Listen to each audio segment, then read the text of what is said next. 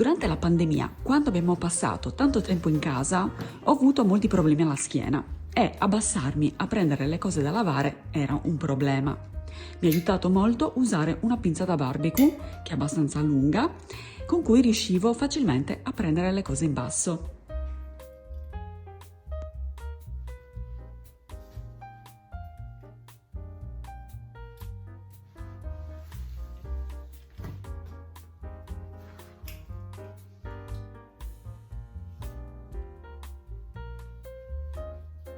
Ho ordinato su Amazon queste simpatiche ruote adesive che posso attaccare ovunque. Ci sono anche le viti, ma a me serviva l'adesivo.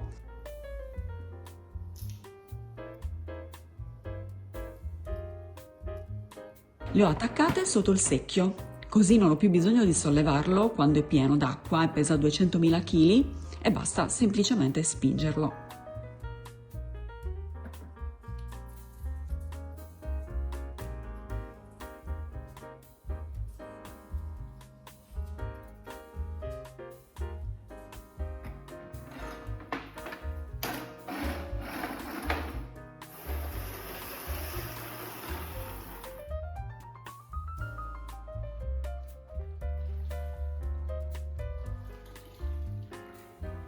Un attrezzo per me indispensabile ormai è il mop estensibile, che posso allungare, accorciare a seconda delle necessità.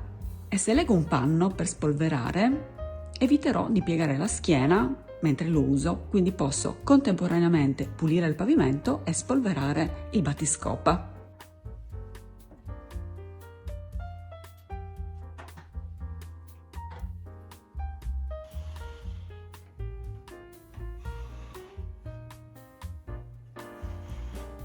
Il modo migliore per non pulire la parte alta dei mobili è quella di mettere dei fogli di carta di giornale oppure i volantini che troviamo nella cassetta della posta, così la polvere e il grasso non si depositeranno sulla superficie, evitandoci di fare acrobazie sulla scala per pulire. Basta solo ricordarci 2 volte l'anno di sostituire la carta.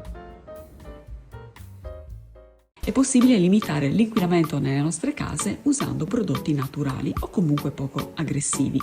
Anche i profumi contenuti nei detersivi sono composti da sostanze volatili, sintetiche, che possono essere nocive per la nostra salute.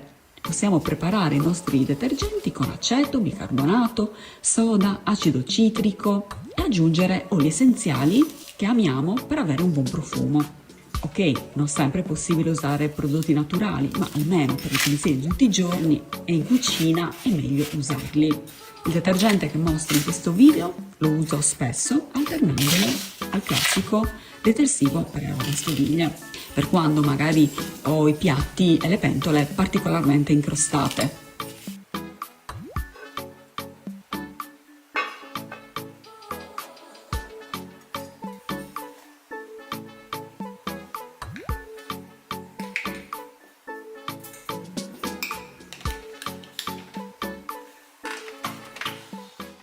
È importante scegliere strumenti di pulizia che siano leggeri, ergonomici, possibilmente senza filo, per limitare la possibilità di inciampare e comunque per velocizzare le pulizie, evitando di staccare e riattaccare il filo ogni volta. La cosa più difficile da pulire in bagno è la vasca, perché ci richiede di piegare la schiena per molto tempo e anche una certa forza nelle braccia per strofinare via il calcare. Il lavoro però può essere semplificato spargendo del bicarbonato e del detersivo piatti.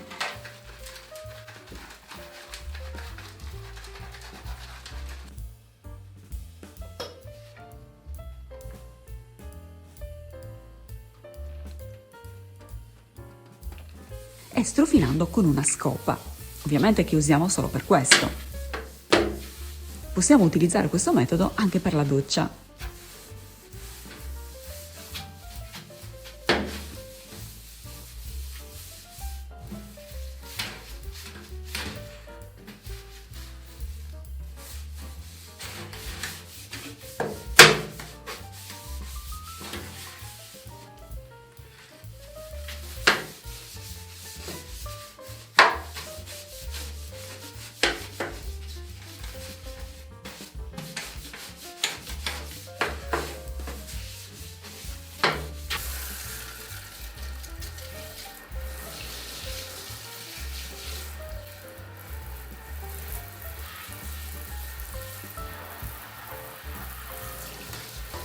Un altro modo per rendere le pulizie più leggere è quello di prendere l'abitudine di travasare i detergenti in contenitori più piccoli e leggeri, evitandoci così di portare in giro questi grandi e pesanti contenitori spray, e faremo molta meno fatica sia con le braccia che con la schiena.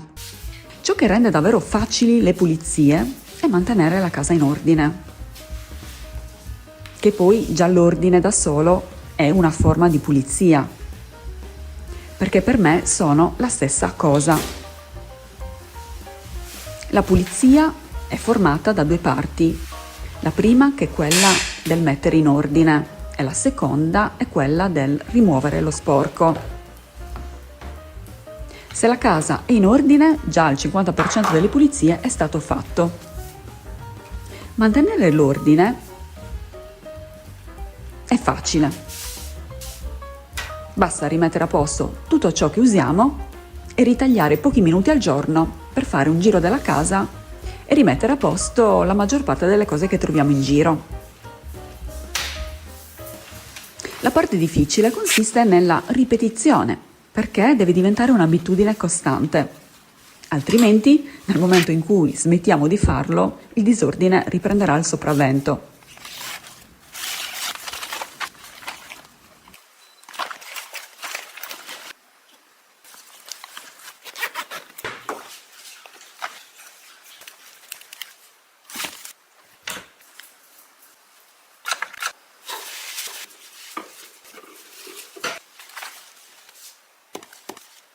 Usa la tua lavastoviglie non solo per lavare i piatti, ma anche per igienizzare le tue spugne e per lavare frutta e verdura. È comodissimo. Prima di metterla in frigorifero, la disponi sul cestello della lavastoviglie, avvii il programma di ammollo, quello che dura 8-10 minuti, ovviamente acqua fredda, la puoi asciugare e rimettere in frigorifero.